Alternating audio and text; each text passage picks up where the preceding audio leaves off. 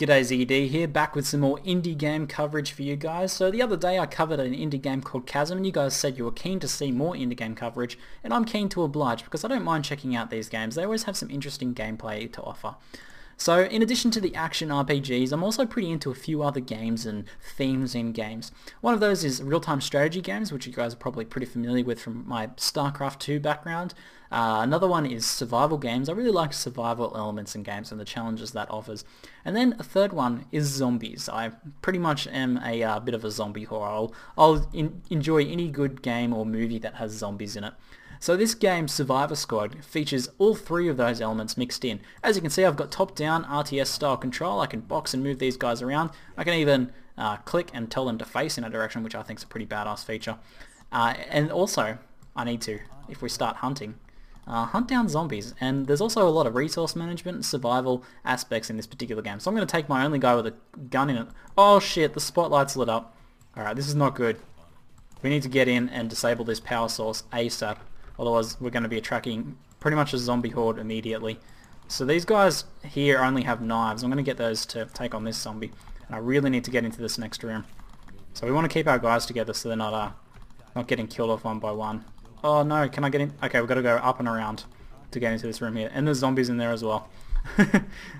So this game, this mode that I'm playing now is the campaign mode. There's actually 3 game modes in this, which I'll go over shortly, probably after this mission, after I show you guys how the campaign features work. Let's get our guys to get in there and face up, and we'll get getting our pistol guy to deactivate the spotlight is probably not a great idea, but yeah, okay. Now we need to be very careful. I saw the door move. There's zombies out there.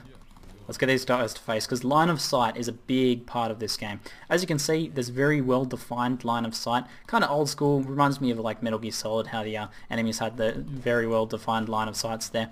And it basically, if you're not facing, in all of the different directions that zombies can come from, there's a good chance you'll get killed off just because zombies will come up behind you. Now, there's only a finite number of zombies on these campaign stages, so if we can sort of hole up somewhere and kill them off. So once we get down to just the last few zombies, you'll notice that they're marked with X, because basically our objective is to get in here, get as many resources as we can, which you'll see I'll start searching these drawers here, and to clear out the zombies out of the zone. So this guy found some cloth, which can be used to craft things. He also found some gasoline, which will be very handy for driving to new zones. Those are important resources. And scrap, which is kind of like a trading. There's actually a guy up here on a platform that will trade things for scrap. So let's go hunt down what's left of these zombies. Another cool feature is that these windows here you can actually shoot through. So if you do a lap of the building, you can often find, what did I find here? Some more scrap. You can often find ways to look in and kill the enemies. Now you can also control with hotkeys, which is pretty cool. That suits my role-playing, RTS background. So I'll get these guys to, what's this here? Oh, that's the light disables. So I'll go ahead and get these guys to search. I've got an axe blueprint. So as you can see, that takes up a fair bit of space, but that'll allow me to craft axes with scrap and wood later on. So I've got some wood and some scrap. I really need some food, because food allows you to feed your survivors and also to even encourage other survivors to join your team. So we'll collect up as much as we can. Can't carry any scrap. This guy's backpack's full. Let's go ahead and get... No, this guy's full too. We'll see if we can grab everything in here. This guy's still got a bit of space, so we'll see what's in here. And we've got some wood. Okay, and that's pretty much it. We need to open the safe. Wonder what that objective is there. Ah, there we go. Open the safe. Okay, let's see what's in the safe. Oh, a pistol. Badass, because we totally need a pistol. Get this guy in a pistol and we'll equip that. Equipping a Gordon. Alright, so now that we've cleared out that, we'll head over to the shopkeeper and I'll just show you guys how that works. And then I'll go over and jump in and show you guys some of the other game modes, because this is the more sort of slow-paced, crawling from zone to zone, clearing them out like this and trading for supplies and things like that. As you can see, I can trade scrap for different things in here. So I'm going to exit this game mode and I'll show you guys some of the other game modes. Alright, so now I'll head into a new game mode here and I'll show you guys some of the other game modes. So survival is very much like the campaign. You have your group of people and basically you move from zone to zone. It's much more linear, doesn't really have that much of a story element to it, and you just see how far you can get. So similar but sort of different pacing to the campaign mode. However, the one that's significantly different here is the Death Lab one. Now we'll jump into here. Basically you have a party of 4 people, and you get to use these points above to spend to equip this party. So I'm going to go ahead and set up my leader guy. I like to give him as much protection as I can, so I gave him a good assault rifle and some silver plated damage reducing armor. I'm also going to give him a sentry gun because we want him to be badass. I'm going to give him the inspiring leader perk there. I'm not going to give him a melee weapon, he's just going to have to rely on his rifle there. So next up I'm going to give this guy here a submachine gun sort of one there, and 2 pistols for these guys here, because you really do need ranged weapons. Now from there I'm just going to give these last 2 guys axes, and I'll give this guy here a nice suit of armor there. And I'll also give him the personal defense system because that's quite powerful. Now on top of that I have 9 more points to spend on perks, so I'm going to give him backup, keeping your team alive, so that'll give bonus damage to any team zombies that are attacking teammates. And then we'll just give a video camera to this last guy here. So that spends most of our points. Can't really optimize it any more than that. And you can rename you guys as well. So I'll rename this guy ZiggyD Dog. There we go. And let's move out. So in this mode, you start off in this lab. Basically, you're trying to escape from this lab that's getting decontaminated. As soon as I step out of here, the decontamination timer will start, and I have to try and make it to the next zone, whilst also keeping myself alive. Now, something I often forget to do is actually equip my weapons. If you don't equip your weapons first, you guys will run in there and have nothing and just get eaten by zombies. So that's pretty miserable. So what I'm going to do is I'm going to move out here in a party, and I'm going to sort of leapfrog my guys so that there's always someone able to shoot. Because when you're moving, you can't really run and gun very well. So I'll try and make sure that I've always got someone safe. Now I'm going to check up there because I need to keep my line of sight open, need to keep you know, an eye out for zombies coming that direction. He needs to keep looking up there or we're going to get killed. Now there's a wall over here so we can come down here and look in, and we'll get these guys to keep an eye on behind us. Now if one guy spots in your party, the other guys will be able to turn around and know that's there. As long as someone has line of sight of zombies, you'll be able to progress. So we actually need to move through this area pretty quickly, so that's not so great. I'm getting covered by zombies here. So what I'm going to do is go to my leader. I'm going to get him to drop a sentry gun to protect our backs. So now we can move forwards without too much stress, at least of getting from attack from behind. Still pretty stressful because we can get surrounded. So what I'm going to do is going to try and progress pretty quickly. I'm going to get these guys to face out this way because there's nothing down that way. Make sure no zombies are coming. And then I'm going to take these 3, and I'll keep this guy facing here. Alright, looks like our turret's doing some serious work back there, as you can probably hear. It looks like we've got a pretty clear run to the exit. So that's good stuff. We didn't take too much damage, and we managed to get through there pretty cleanly. We just want to face out because sometimes zombies can follow you in. Now, this will switch over to the next zone, and these get progressively harder. So, you know, you hit the 3 key and get this guy to get a med kit because he was a little bit hurt. And then we want to kind of move out as a group here to make this as efficient as possible. Now we need to move out here and face down. Oh, we already got hit by a jumper. So something you've probably noticed is that if you've played other zombie games, there's a few reused ideas of the zombies and spitters and smokers and things like that. These ideas seem to be getting reused in a lot of zombie games now, which is fine. It adds a bit more flavour just instead of having your basic zombies.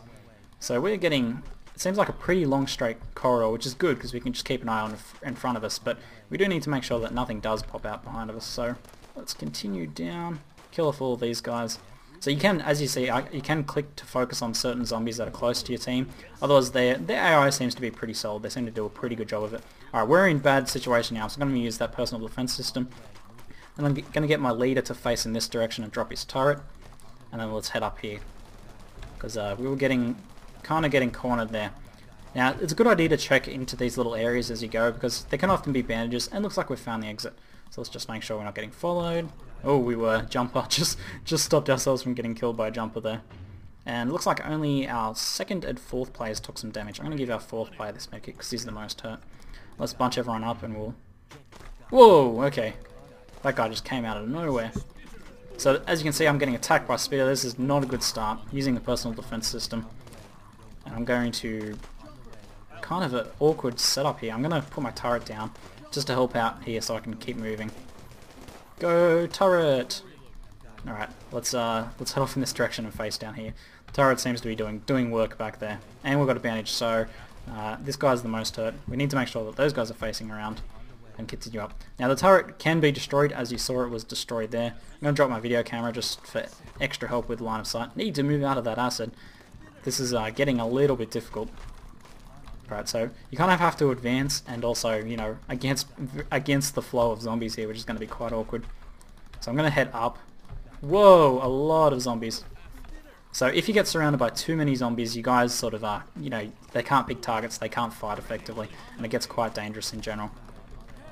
This is, I'm thinking I might actually die on this level here. It's not going so well. Need to move. Oh no, kite! I'm totally gonna die here. Alright, come on guys, come on guys. Oh, we've lost Dick. No, Dick. it's not going well. I think unless the exit's around here, we're in trouble. We've lost one party member already. He was our weakest though, so we'll see what we can do. Alright, looks like, is this the exit? We've found the exit. Oh man, we took a lot of damage. I'm not gonna survive much longer, I don't think. Okay, so who needs my health? I'm gonna give player 2 my health. We're gonna sacrifice you, Ed, because you don't really have too much going for you, but these are my main character, and it looks like I didn't finish renaming him properly. Oh well. Okay, let's go this way, and I'll drop my turret. Alright, we'll drop the turret that way then, and we'll head up. Turret can watch south. Come on, you guys need to come up too. Go, turret! Those turrets are beastly. Although the personal defense systems would be pretty good. I reckon you could rush through with a party full of personal defense systems. There's quite a bit of strategy, as you can see, to the equipment and things like that you're taking, the way you gear up. You can go for a more melee approach, have like a mixed party of melee attackers. Oh no, the grabber. Quick, quick, target him down, target him down. Come on, get back. We don't want to lose you, buddy. Alright, so I'm gonna make a run for it. Personal defense system. Explode some zombies. Unfortunately, the turret's down. Oh, this is not good. Go, Ed, get the bandage. I am in a lot of trouble here. Come on, get back, Ed. Alright, this is good, this is good, this is good. Actually, I need to save for my leader. Needs the bandage, I think. Oh, no exit though. We need to fight our way back out. No, fight! And I really like, as I said, I really like the how you can control their facing with the same movement, so you can do like that to make sure that. But I'm going to die. Come on, save him! Kill the spin. It's not going well. Not going well. Get out of there! Get out of there! No! When? And yep. that'll be the end of that. So just to sum up, a pretty fun game overall with some interesting game mechanics, especially that line of sight and RTS control, coupled with the zombie survival action. If I have one word of caution to give, it's that the current build that I'm playing is fairly buggy, though looking down here it does actually look like a new build's out, and hopefully any sort of bugs and crashes and things like that I've occasionally experienced will be worked out in future patches and things like that. Mostly just a few minor crashes and a few campaign bugs, but nothing game breaking. Overall, a lot of fun. Anyway, that's it for now. I'm ZiggyD, and thanks for watching.